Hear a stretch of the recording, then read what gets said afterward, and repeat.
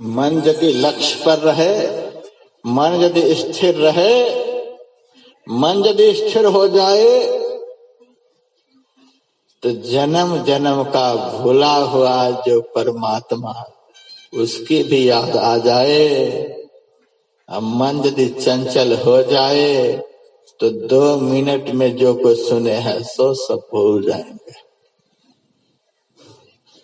40 साल के बाद एक सत्संगी गुरु महाराज से मिलने के लिए आए थे सिकलीगढ़ धरहरा में, और गुरु महाराज उनका नाम लेकर के बोले, अमुक बाबू बहुत दिन के बाद आप दिखाई दे रहे हैं। वे चकित हो गए, 40 साल के बाद हम मिले हैं। दीक्षा के समय नाम जो बताए हैं वह नाम महाराज जी को अब तक याद है। 90 साल की उम्र में गुरु महाराज की स्मरण शक्ति ऐसी थी, 40 साल पहले जो आदमी मिला था उनका नाम लेकर के उनको बुलाया। गुरु महाराज ने अपने जीवन में एक ऐसे काम का चुनाव किया जिस काम में यह ताकत कि जन्म जन्म के भूले हुए को भी सामने ला देता है। तो भुलाने का काम कौन करता है? हमारा चंचल मन। यही दिन भर उछल कूद मचा रखा है, यही उछल कूद मचा रखा है। ये मन ही सबसे भयंकर नाग है, सबसे बढ़कर यह विष उगलने वाला है, सबसे बड़ा दुष्ट है। और सबके साथ में इसी के कारण हम सोफा पर बैठे रहते हैं तो भी शांति नहीं मिलती है, हम पलंग पर बैठे रहते हैं तो भी शांति नहीं मिलती है, हम पुत्रवान हो जाते हैं तो भी शांति नहीं मिलती है, हम धनवान हो जाते हैं तो भी शांति नहीं मिलती है, हम बहुत बड़े प्रतिष्ठावान हो जाते हैं तो भी शांति नहीं मिलती है। और आप श्रीमद् भागवत महापुराण के महात्म को पढ़िए, न चंद्र सुखं किंचन न सुखं चक्रवर्तीना। यदि मन चंचल है तो चक्रवर्ती बन जाने के बाद भी शांति नहीं है, इंद्र का पद प्राप्त कर लेने पर भी शांति नहीं है। तुलसीदास जी महाराज की वाणी में धनहीन कहे धनवान सुखी, धनवान कहे सुख राजा को भारी, राजा कहे चक्रवर्ती सुखी, चक्रवर्ती कहे सुख इंद्र को भारी, इंद्र कहे चतुरानन सुखी, चतुरानन कहे सुख विष्णु को भारी, तुलसीदास बिचारी कहे हरि भजन बिना सब लोग दुखारी। और मैं यह भी कह सकता हूँ, जिस भजन से यह मन रूपी नाग शांत हो जाए, यथार्थ में वही हरि भजन है, बाकी भजन का प्रदर्शन है। जो भजन मन को शांत कर दे वही भजन है, बाकी भजन का प्रदर्शन है। यह भी समझ लीजिए, मन यदि चंचल है तो कुछ भी बनकर हम संसार में रहेंगे, शांति मिल नहीं सकती। महाराज शांति नहीं, महाराज शांति नहीं, सोफा पर शांति नहीं, पलंग पर शांति नहीं। हरिद्वार आश्रम में जगह जगह से भगत लोग आते हैं। मैं कुछ गाय भी वहां पालता हूँ, देसी गाय पालता हूँ। दूध इतना गाढ़ा होता है, आधी इंच मोटी मलाई जमती है उसके ऊपर। मैं मलाई हटा करके उससे घी नहीं निकालता हूँ, वही मलाईदार दूध आश्रम में आए हुए, आश्रम में रहने वाले सबको पिलाता हूँ। कुछ भगत लोग कहते हैं महाराज यह दूध नहीं पिएंगे। मैं उनसे कहता हूँ दूध नहीं पियोगे, गाय का दूध है, इतना बढ़िया दूध है, देसी गाय का है। महाराज ये मलाईदार दूध नहीं पिएंगे। दूध नहीं पियोगे, चलो घी ही ले लो। घी तो महाराज बिल्कुल नहीं। मैंने कहा कलयुग में गाय का दूध, देसी गाय, गाय का दूध, गाय का घी, गाय का दही, गाय का गोबर, गाय का मूत्र, ये पंचगव्य को अमृत बताया गया है। जो पंचगव्य का नियम से सेवन करेगा उनको शरीर में कोई रोग नहीं होगा। यह अमृत है शरीर के लिए।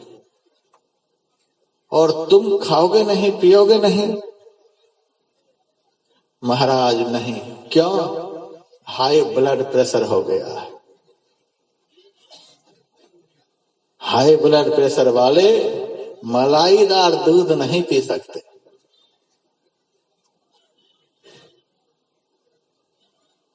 तब मैं कहता हूं चलो दूध नहीं पियो, मिठाई ही खा लो। महाराज मिठाई नहीं खाऊंगा। क्यों? डायबिटीज हो गया। दूध दही नहीं खाओगे, पियोगे, मिठाई भी नहीं खाओगे तो फिर खाओगे क्या? फिर कलयुग में खाने लायक रहा क्या?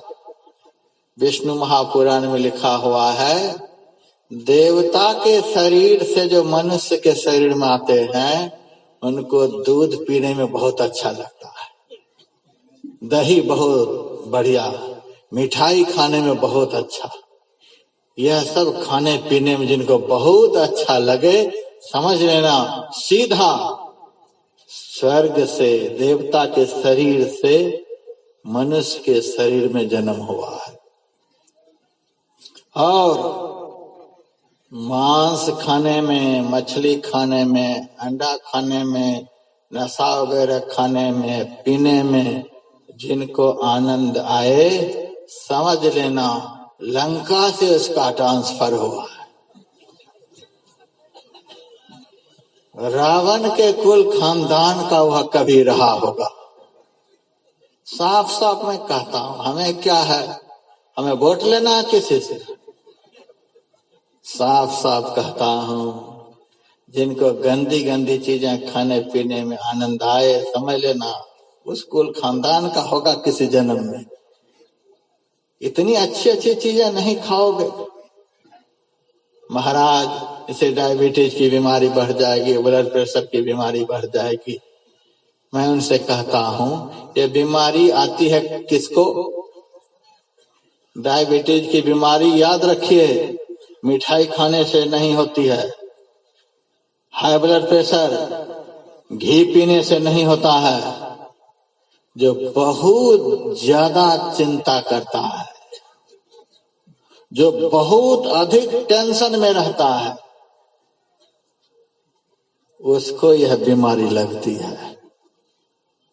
डॉक्टर कहते हैं सुबह शाम 1 घंटा तक खूब टहलो, पसीना निकल जाए शरीर से, और सोचो ज्यादा नहीं, चिंता ज्यादा नहीं करो, बीमारी अपने आप ये नॉर्मल हो जाएगी।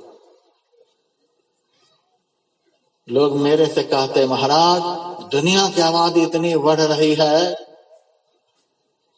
इसी तरह से बढ़ती चली गई तो क्या होगा? मैंने कहा आबादी को तुम बढ़ा रहे हो, तुम्हारे में आबादी बढ़ाने की ताकत है, मनुष्य में आबादी बढ़ाने की ताकत नहीं है। आबादी को बढ़ाने वाले ब्रह्मा जी हैं, सर्जन करता ब्रह्मा जी हैं। ब्रह्मा जी को आज तक कभी टेंशन नहीं हुआ कि इतनी आबादी बढ़ गई। आज तक आप लोगों ने अखबार में पढ़ा ब्रह्मा जी आजकल बहुत टेंशन में है, बहुत आबादी बढ़ गई है। आबादी बढ़ाने वाले को कोई टेंशन नहीं, और जो कह रहा है हम तो हमारे, तो उनको बड़ा भारी टेंशन है। फिर कोई कहता है महाराज इतनी आबादी बढ़ गई है, लोग खाएंगे क्या? तो सबको खिलाने पिलाने का टेंशन किसको है?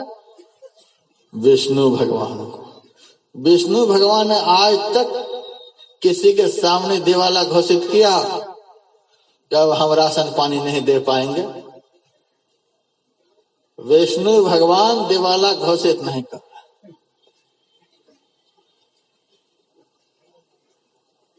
विष्णु भगवान आज तक किसी को स्वप्न नहीं दिया आबादी कम करो। हम लोग बड़े टेंशन में हैं, तो विष्णु भगवान का टेंशन लेकर हम लोग बैठे हुए हैं, ब्रह्मा जी का टेंशन लेकर हम लोग बैठे हुए हैं।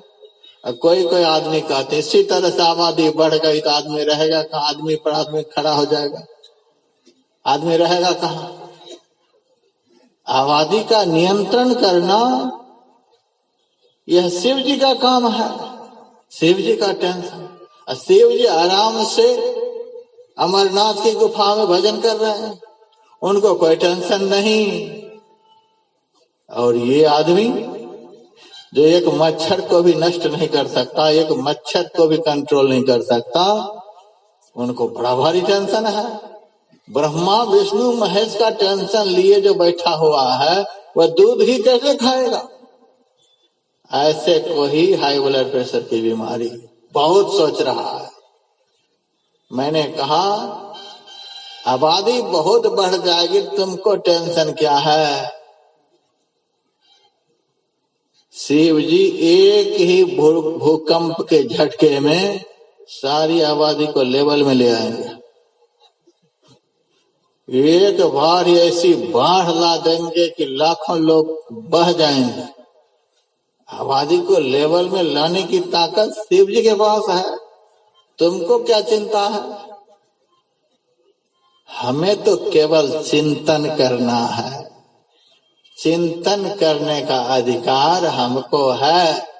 चिंता करने से चिंता बढ़ती जाती है, चिंतन करने से चिंता स्वाहा हो जाती है।